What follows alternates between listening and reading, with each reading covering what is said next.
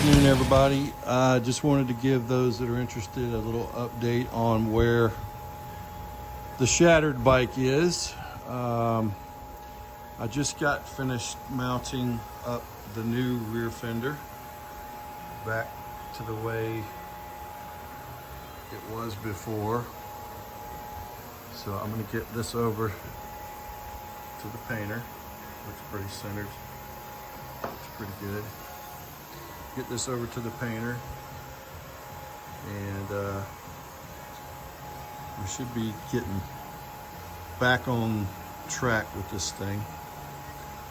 I lost my mojo for a little bit, but I'm getting it back now, so it won't be long.